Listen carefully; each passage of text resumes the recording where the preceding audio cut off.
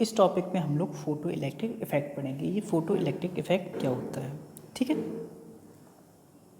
तो when a beam of light with frequency equal to और greater than a particular value, जिसको हम लोग थ्रेशोल्ड फ्रीक्वेंसी बोलते हैं, is allowed to strike the surface of metal, electrons are ejected instantaneously from the surface of the metal, ठीक है। This effect is called photoelectric effect. तो ये कहता है, इनके कहने का मतलब ये है कि जब कोई लाइट, ठीक है, यानी कि रेडिएशन जिसकी फ्रिक्वेंसी एक मिनिमम फ्रिक्वेंसी के या तो बराबर हो या उससे ज़्यादा हो, यानी कि उस मिनिमम फ्रिक्वेंसी को हम लोग थ्रेशोल्ड फ्रिक्वेंसी बोलते हैं, ठीक है। यानी कि उस मिनिमम फ्रिक्वेंसी के बराबर हो या उससे ज़्यादा हो, ठीक है। जब उस फ्रिक्वेंसी का रेडिएशन मेटल सरफेस से स्ट्राइक करता है तो क्या है, तुरंत जैसे ही स्ट्राइक करता है वैसे ही तुरंत ही इंस्टेंटेनियसली क्या होता है, इलेक्ट्रॉन इजेक्ट कर जाता है मेटल की सरफेस से, ठीक है। तो इस इफेक्ट को बोलते हैं फोटो इलेक्ट्रिक इफेक्ट, ठीक। तो प्लांक के बाद आइंस्टीन ने क्या था, जो लाइट वेव थी कि जो लाइट होती है कि पहले जो क्लासिकल थ्योरी कहती थी वेव के थ्रू चलती है, उन्होंने ये ऐसे मान लाइट का जो कॉर्पस्कुलर नेचर यानी कि जैसे कि पार्टिकल नेचर मान के फोटो इलेक्ट्रिक इफेक्ट को जब एक्सप्लेन किया, और वो क्या है, उसको सक्सेसफुली भी एक्सप्लेन किया, ठीक है। तो उन्होंने जो माना था, पार्टिकल माना था लाइट को कि जो उसकी एनर्जी किसके इक्वल मानी थी, एच न्यू के, ठीक है। ये एजम्पशन प्लांक ने दिया था कि जो उसकी एनर्जी या तो यूनिट क्वांटम होगी यानी कि एच न्यू होगी, या whole number of multiple of h nu, ठीक है, या एच न्यू कह सकते हो, E equal to n h nu हो सकता है। मल्टीपल होगा होल नंबर के, यहाँ पे एन है, जैसे कि अभी हम लोगों ने पिछले वीडियो में हम लोगों ने देखा था कि जो ये होगा एनर्जी होगी मल्टीपल होगी किसके, एन एच न्यू, ये एनर्जी हुई और मल्टीपल होगी एन के एक होल नंबर है यहाँ पे एन, ठीक है, या एच न्यू होगी, इक्वल टू एच न्यू होगी। तो आइंस्टीन ने क्या है, पार्टिकल नेचर यानी कि कॉर्पस्कुलर नेचर ऑफ लाइट को लेके फोटो इलेक्ट्रिक इफेक्ट को एक्सप्लेन किया। तो इसमें होता क्या है, जैसे ही लाइट मेटल सरफेस पे गिरती है वैसे क्या है, तुरंत ही इलेक्ट्रॉन इमिट करता है, ठीक है। ये इलेक्ट्रॉन यहाँ पे डिटेक्टर पे जाएगा, यहाँ एमीटर में क्या है, अपना करंट शो करेगा, ठीक है। तो ये तो डिटेक्शन के लिए है फोटो इलेक्ट्रिक इफेक्ट का, कि इलेक्ट्रॉन आया और उसने करंट फ्लो किया सिस्टम में, ठीक है। तो इसमें क्या होता है, जैसे ही लाइट एक अप्रोप्रिएट फ्रिक्वेंसी या के बराबर या उससे ज़्यादा का अगर फ्रिक्वेंसी होगा, तब क्या है, मेटल सरफेस से इलेक्ट्रॉन इमिट करता है, जैसे कि यहाँ पे इलेक्ट्रॉन इमिट कर रहा है। तो यही हम लोगों का क्या है, फोटो इलेक्ट्रिक इफेक्ट। फिर हम लोग इसमें आगे चलते हैं और जानते हैं characteristics of photo electric effect, ठीक है। तो इसमें है, in the photo electric effect the electrons are emitted instantaneously from a clean metal plate in vacuum when a beam of light falls on it। यानी ये कह रहा है कि फोटो इलेक्ट्रिक इफेक्ट में क्या है, जो इलेक्ट्रॉन का एमिशन होता है इंस्टेंटेनियसली होता है, यानी कि यहाँ पे जो इंस्टेंटेनियसली टर्म है बहुत इंपॉर्टेंट टर्म है, यानी कि क्वांटम थ्योरी के अकॉर्डिंग जो इलेक्ट्रॉन का एमिशन होता है, ठीक है, वो क्या है, इंस्टेंटेनियसली होता है, यानी कि उसमें डिले नहीं होता है कि लाइट गिरी और इलेक्ट्रॉन निकला, इसमें डिले नहीं होता है, जैसी लाइट गिरती है वैसे ही इलेक्ट्रॉन इमिट करता है, ठीक है। इसलिए इंस्टेंटेनियसली जो टर्म है बहुत इंपॉर्टेंट है, ठीक है। तो इसको हम लोग आगे जो कहाँ पे क्लासिकल जो थ्योरी थी फेल हो गई थी, उसको हम लोग देखेंगे और इंस्टेंटेनियसली टर्म को और अच्छे से समझेंगे, ठीक है। तो जो फोटो इलेक्ट्रिक इफेक्ट है उसकी जो कैरेक्टरिस्टिक्स ये है कि जो एनर्जी फ्रिक्वेंसी होती है, रेडिएशन जो भी फ्रिक्वेंसी का है, वो मिनिमम फ्रिक्वेंसी के बराबर हो या उससे ज़्यादा हो, तभी इलेक्ट्रॉन का इमिशन होगा, ठीक है। तो जैसे कि यहाँ पे क्या है, जिसको हम लोग बोलते हैं थ्रेशोल्ड फ्रिक्वेंसी, यानी कि कहने का मतलब the electrons are emitted instantaneously when it is irradiated with radiation of frequency equal to और greater than some minimum frequency, ठीक है, कॉल द थ्रेशोल्ड फ्रीक्वेंसी, यानी कि जो रेडिएशन हो एक मिनिमम फ्रीक्वेंसी, जैसे कि हमने कह दिया कि एक मिनिमम फ्रीक्वेंसी कह दिया कि अगर इससे कम होगा तो इलेक्ट्रॉन इमिट नहीं करेगा। तो कहने का मतलब है तो उस फ्रीक्वेंसी के बराबर रेडिएशन होना चाहिए, उससे ज़्यादा होना चाहिए इलेक्ट्रॉन इमिशन के लिए। ठीक है, तो ये फर्स्ट कैरेक्टरिस्टिक्स है इसकी फोटो इलेक्ट्रिक इफेक्ट की। दूसरी है जो काइनेटिक एनर्जी होती है इमिटेड इलेक्ट्रॉन्स की, ये डिपेंड फ्रीक्वेंसी पे नहीं करती है, ये डिपेंड करती है इंटेंसिटी ऑफ रेडिएशन पे, यानी कि जो जिस इंटेंसिटी का जो रेडिएशन आ रहा है उस पर डिपेंड करता है, ना कि काइनेटिक एनर्जी फ्रीक्वेंसी पे डिपेंड करती है। ठीक है, तो जो काइनेटिक एनर्जी, ठीक है, तो जो काइनेटिक एनर्जी आप लोग कह सकते हो किस पे डिपेंड करता है, आप लोगों का फ्रीक्वेंसी पे डिपेंड करता है, इंटेंसिटी से इसका कोई लेना देना नहीं होता है। ठीक है, तो जो भी रेडिएशन आएगा, जो भी इलेक्ट्रॉन आफ्टर इमिशन इलेक्ट्रॉन की जो भी काइनेटिक एनर्जी होगी वो किस पे डिपेंड करेगी, फ्रीक्वेंसी पे, ठीक है, ना कि इंटेंसिटी पे। और जो काइनेटिक एनर्जी होती है इलेक्ट्रॉन की इंक्रीज करती है linearly with frequency of incident radiation, यानी कि जैसे जैसे फ्रीक्वेंसी बढ़ेगी रेडिएशन की वैसे वैसे क्या है इसकी काइनेटिक एनर्जी भी इंक्रीज करेगी। तो कहने का मतलब ये है कि इलेक्ट्रॉन का आफ्टर इमिशन जो भी काइनेटिक एनर्जी होगा उसमें सबसे बड़ा जो कंट्रीब्यूशन होगा, हाथ होगा, वो किसका होगा, उस रेडिएशन की, इंसिडेंट रेडिएशन की फ्रीक्वेंसी की, ना कि इंटेंसिटी की। ठीक है, तो यहाँ पे फ्रीक्वेंसी इंपॉर्टेंट है, ना कि इंसिडेंट रेडिएशन की इंटेंसिटी। हाँ, अब इंटेंसिटी का कहाँ पे इंपॉर्टेंट रोल है, वहाँ पे रोल है नंबर ऑफ इलेक्ट्रॉन्स, यानी कि कितने इलेक्ट्रॉन्स इमिट करेंगे ये प्रोपोर्शनल करता है इंटेंसिटी।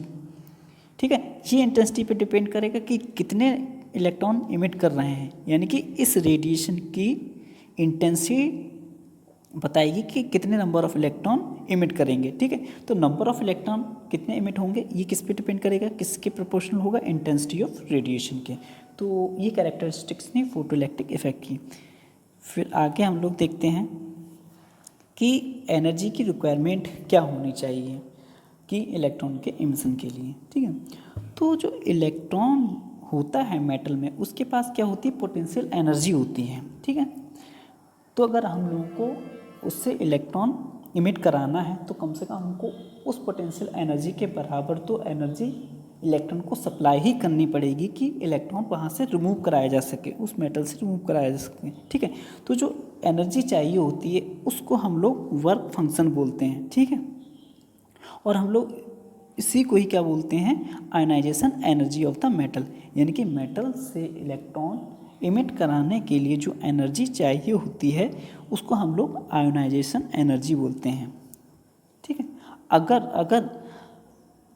अगर जो इमिटेड इलेक्ट्रॉन है उसके पास कुछ काइनेटिक एनर्जी होती है, सपोज करो उसको के बोल रहे हैं, काइनेटिक एनर्जी के काइनेटिक एनर्जी है यानी कि के है, तो जो टोटल एनर्जी इलेक्ट्रॉन को सप्लाई करी गई है, यानी कि जो इमिशन कराने के लिए जो एनर्जी आप लोगों ने इलेक्ट्रॉन को दी है तो वो क्या होता है, सम होता है पोटेंशियल एनर्जी यानी कि पीई का और काइनेटिक एनर्जी केई का, यानी कि टोटल एनर्जी अगर आप लोग बात करोगे तो वो किसके बराबर होगी, total energy E T equal to h nu equal to होगा के ई प्लस पी ई, यानी कि के ई यहाँ पे क्या है, काइनेटिक एनर्जी है, पी ई यहाँ पे क्या है, पोटेंशियल एनर्जी है।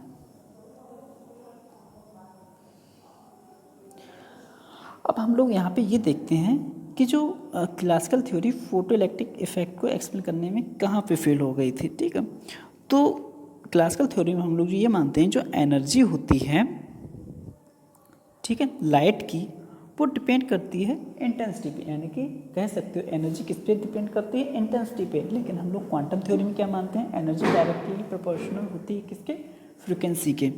ठीक है, तो अगर मान लो इंसिडेंट रेडिएशन ये है और यहाँ पे ये इलेक्ट्रॉन इमिट कर रहा है, ठीक है, तो हम भले ही यहाँ पे इंसिडेंट रेडिएशन का इंटेंसिटी हाई कर दें, ठीक है, अगर हम लोग उसका इंटेंसिटी हाई करते हैं तो उसके केस में एक्चुअली क्या होगा, और हम लोग ये जानते हैं कि जो इलेक्ट्रॉन इमिट करता है वो डिपेंड करता है फ्रीक्वेंसी पे, ना कि इंटेंसिटी पे, ठीक है। तो जब हम लोग इंसिडेंट लाइट को इस पर फॉल कराते हैं तो क्या होता है, जो मेटल पे जो इलेक्ट्रॉन होता है वो क्या होता है, एनर्जी को क्या है, एब्जॉर्ब करता है और लेता है एनर्जी को, ठीक है। तो धीरे धीरे जैसे ही इंटेंसिटी आई तो और एनर्जी लेगा और एनर्जी लेगा, ठीक है। तो क्या करेगा, एक कंडीशन ऐसी आएगी कि उसके पास सफिशिएंट एनर्जी हो जाएगी कि वो क्या है, इलेक्ट्रॉन को इमिट कर दें, यानी कि इलेक्ट्रॉन क्या हो जाएगा, उसकी जो एनर्जी होगी वो क्या है, एनर्जी मेटल से इलेक्ट्रॉन क्या है, इमिट कर जाएगा, ठीक है। यानी कि इतनी एनर्जी हो जाएगी इंसिडेंट रेडिएशन की धीरे धीरे कि वो इसका आयोनाइजेशन करा दें, ठीक है। तो यहाँ पे हम लोग क्या देखते हैं कि जब इंसिडेंट रेडिएशन यानी कि इंटेंसिटी का आप लोगों ने रेडिएशन इस पे डाला मेटल पे तो इलेक्ट्रॉन इमिट किया। तो सबसे इम्पोर्टेंट बात ये थी कि जो रेडिएशन गिरा और इलेक्ट्रॉन का इमिशन हुआ तो वहाँ पे आप लोगों ने क्या देखा, टाइम इंटरवल देखा, यानी कि जो रेडिएशन गिर रहा है और इलेक्ट्रॉन इमिट होकर रहा है उसमें क्या है, टाइम आया, ठीक है, डिफरेंस आया, टाइम इंटरवल आया।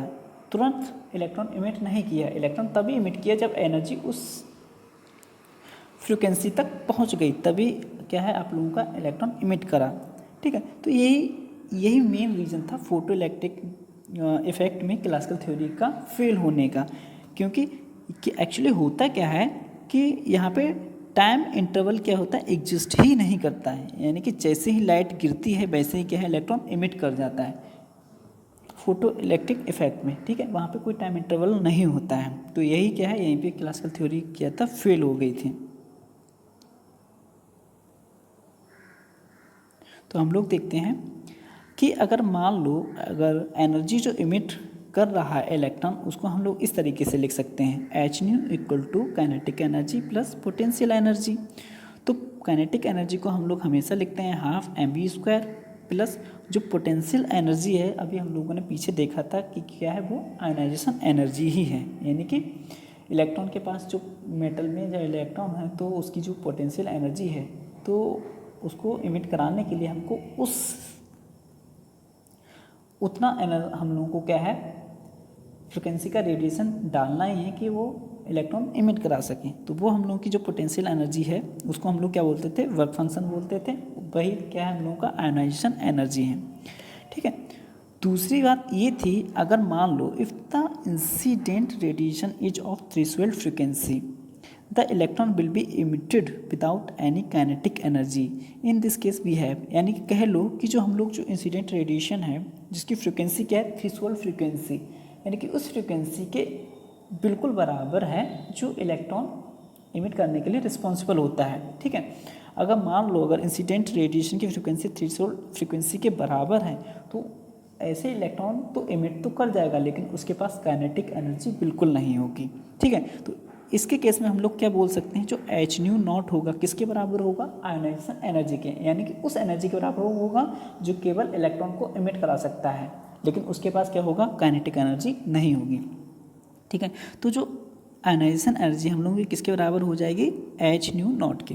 तो यहाँ पे जब इक्वेशन 1 और इक्वेशन 2 को जो हम लोग कंबाइन करते हैं तो हम लोग को जो रिलेशन मिलता है एच न्यू इक्वल टू के E plus H new not, ठीक है। तो हम लोग अगर एच न्यू लें, एच न्यू इक्वल टू क्या हो जाएगा, के ई इक्वल टू हो जाएगा एच न्यू यहाँ पे है और ये जो टर्म इस डायरेक्शन में जाएगा तो क्या हो जाएगा, नेगेटिव का हो जाएगा, माइनस एच न्यू नॉट, ठीक है। तो अगर काइनेटिक एनर्जी को हम लोग वाई एक्सिस पे लें, ठीक है, फ्रीक्वेंसी को हम लोग एक्स एक्सिस पे लें, ठीक है, जब हम ग्राफ प्लॉट करेंगे तो वो एक लीनियर इक्वेशन का ग्राफ होगा, जैसे कि y equal to m x plus c.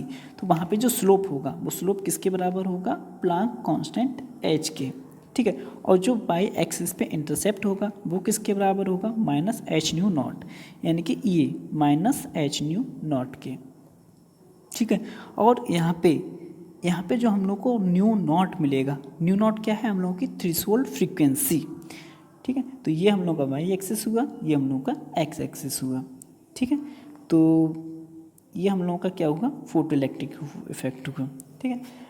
तो फोटो इलेक्ट्रिक इफेक्ट में इतना ही। Thank you so much. Next हम लोग वीडियो देखेंगे कॉम्पटन इफेक्ट पे।